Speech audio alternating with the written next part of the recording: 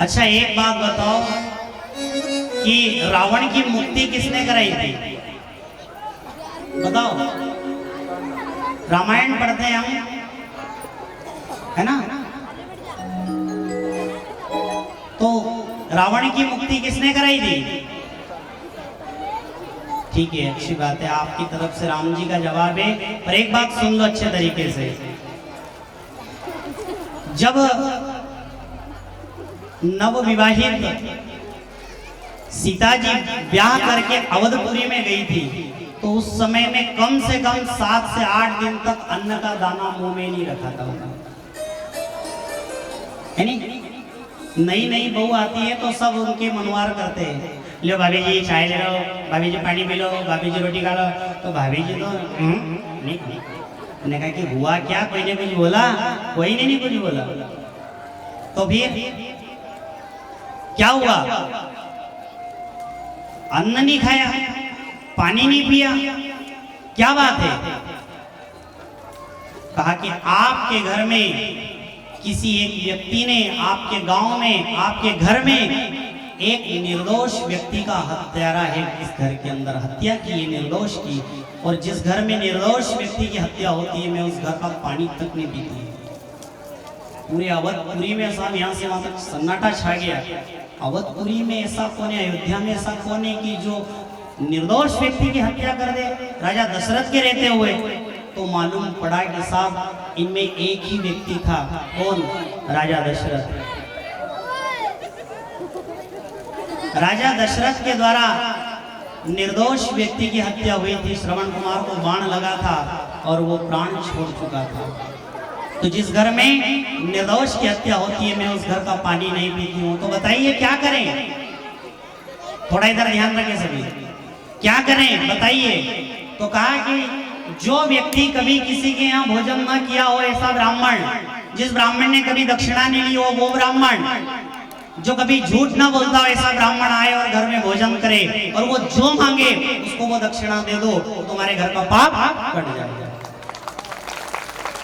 अच्छा ऐसा करे? हाँ। अब देखो, ब्राह्मण देवता को ढूंढने गए, अयोध्या में ढूंढा कि साहब आप भोजन करने चलो, आओ चल देंगे। तो आपने कोई कहकर रोटी तो नहीं खाई? उन्होंने कहा कि साहब ब्राह्मण लोग हैं, लोगों के यहाँ भोजन करना, दक्षिणा लेना हमारा काम है। उन्होंने कहा कि फिर काम कैंसिल करना पड़ेगा। मालूम पड़ा लंकापति रावण परम विद्वान है, ज्ञानी है, वेदों का ज्ञाता है, सब कुछ जानता है। किसी के घर का पानी नहीं पिया, किसी के घर का अन्न का दाना नहीं खाया, किसी के घर की पानी तक भी नहीं पिया, झूठ नहीं बोला ऐसा ब्राह्मण।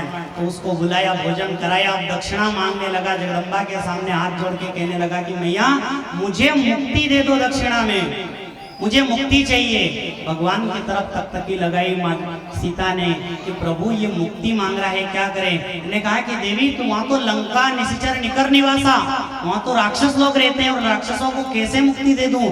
वहां तो भक्ति की जरूरत पड़ती है, वहां भक्ति होगी तो ही इनकी मुक्ति होगी। तो हाथ जोड़ के सीता जी ने राम जी से कहा कि प्रभु मैं सीता हूँ और मेरा नाम भक्ति है, पहले आप मुझे इसके राज्य में भेज देना, और जहाँ भक्ति चली जाती है वहाँ तो मुक्ति होती ही है। ये वचन दिया भगवती ने, ये जगदम्बा ने वचन दिया कि रावण बेफिक्र रहे, अवश्य तेरी मुक्ति होगी, क्योंकि पहले भक्ति जाएगी तो ही मुक्ति होगी। और सीता पहले लंका में गई, तब जाकर के राम सक्षम हुए रावण को मारने के लिए। तो साहब इनमें दो ही का हाथ है, राम का भी और सीता का भी, दोनों ने मिलकर के अपने भक्त का उद्धार किया है। और जय जयकार हुई है, बोली रामचंद्र भगवान की। अभी नई जो बहू आती है, नहीं नई बहू आती है, उसकी बहुत मनवार करनी पड़ती है। एक बार बेचारी कोई बाहर से बहू लेके आए अपने गांव तरफ, अब वो महाराष्ट्र की तरफ ले गए, महाराष्ट्र की रिश्तेदारी बजिया वाले का था, तो वो उधर की बहू लेके आए अपने इधर। अब वो उन्हें कहा, सासू जी ने, बेटा एक काम कर। ने कहा क्या? बोदा का मही पैया। बोदा के मही पैया, तो वो बेचारी वो मराठी थी, बोलती थी, उसने क्या मालूम कि बोधो का ही हो। अब तुमको मालूम जाएगी है? मालूम है नहीं? हाँ तो सुनो फिर अच्छे से सुनो। तो बोले बोदा को वहीं पाइया। अब वो बेचारी भीतर जाए बाहर आए, भीतर जाए बाहर आए, उसको सूझ कुछ नहीं पड़ेगी ये बोधो का ही कब है। फिर थोड़ी देर बाद भीतर गई बाहर आई, उन्होंने पूछा क्यों बेटा तूने बोधा को वहीं नहीं पायो। इन्हें कहा कि मम्मी जी मुझको समझ में नहीं आया कि बोधो होए गई। मैंने कहा कि बेटा तेरे को समझ में नहीं आया। नहीं तारा ससरा को माथो छोरी तू इतना भी मालूम नहीं मालूम। ये तो कई जो वो सासू जी भीतर चली गई। अब वो बेचारी बहू कही समझी कि वो ससरा को बोधो कही था। अब उन्हें उठायो तपेलो न ले जाए न वो बीमार ससुर के सामने रख दिया। ले बोधा जी मई पियो। अब वो डोकरो बेचारो बीमार, सर्दी खांसी ने परेशान, बुखार पड़ी है, चित्त पड़ा है, उसे कह बोधा जी मई पियो। अब वो क्या मई पियो तो तकतकी लगा के देख रहा है, बीमार है वो तो पड़ा है। तो अंदर आवाज दी मम्मी जी कि बोधा जी तो मई नहीं पीता है।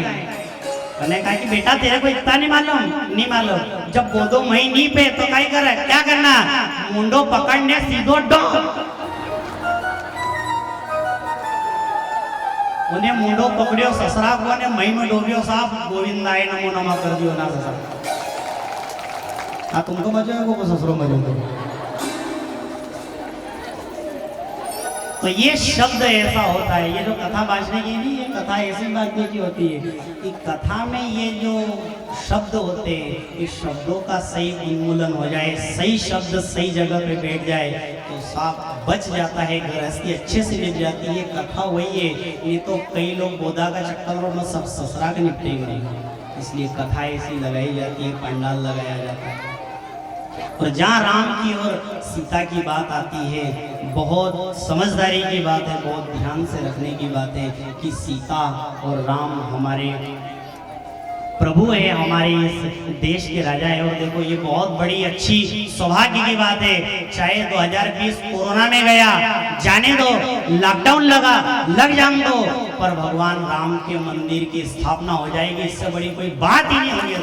बजाओ जोड़ा। लोग कहते बुरा गया, चलो कोई बात नहीं, बुरा गया बुरा जान दो, पर एक बात ध्यान रखना, कभी कभी बुरा भी अच्छा काम कर जाता है। अब देखो एक बात बताओ, लोग कहते हैं ये आदमी तो बहुत बुरा है, इससे दूर रहो, तो कभी कभी बुरा भी अच्छी जगह लग जाता, मालूम है आपको।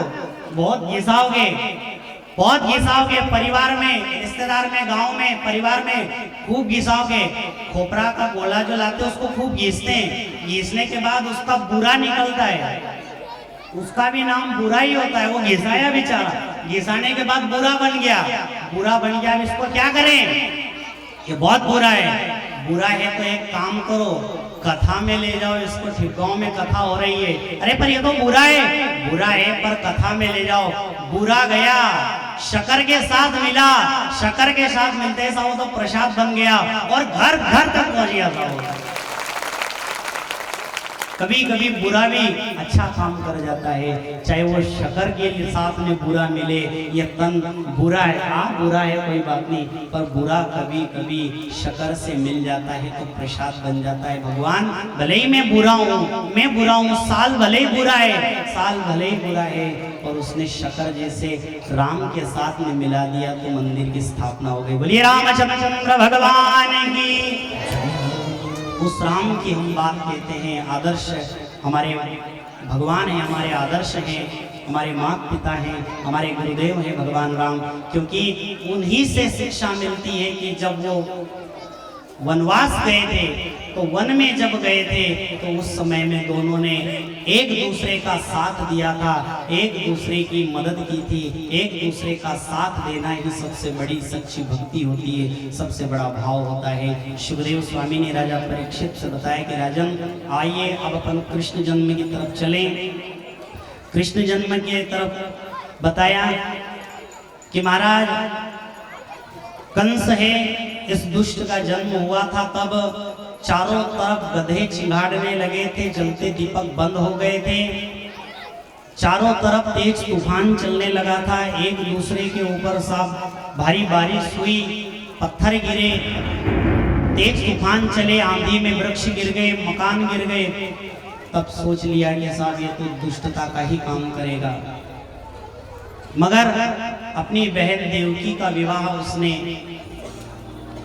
वसुदेव के साथ में कर दिया और बड़े भाव से बड़े प्रेम के साथ में गया, रथ पर खुद बैठा, रथ खुद चला रहा है और अपने बहन और बहनोई को पीछे बैठा लिया और बड़े भाव से उनको नगर में उनके घर तक छोड़ने के लिए जाने लगा।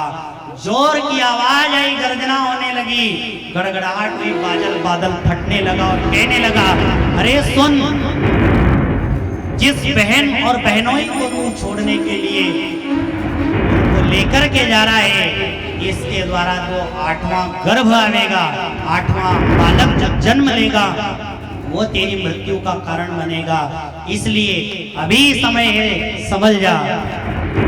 कंस सोचने लगा कि जो वृक्ष मुझे तकलीफ दे, जो वृक्ष मुझे परेशान करे, ऐसे वृक्ष को काट करके मैं फेंक देता हूँ, न रहेगा बांस न बजेगी बांसुरी। महाराज हाथ में तलवार उठाई और मां देवकी के ऊपर तलवार का प्रहार करने लगा। हाथ जोड़ करके वसुदेव बाबा ने कहा कि भैया अभी हमारे हाथ की मेहंदी भी नहीं छूटी है, अभी हमारे हाथ में मेहंदी लगी हुई है, कांकण दोरा नहीं छूटा है, हमको घर तक तो छोड़े, अभी 8वां पुत्र कहां है? मैं तुमको घर नहीं जाने दूंगा, तुम सब मेरे साथ, कोई मेरे साथ चलो, तुमको जेल खाने में बंद कर दूंगा।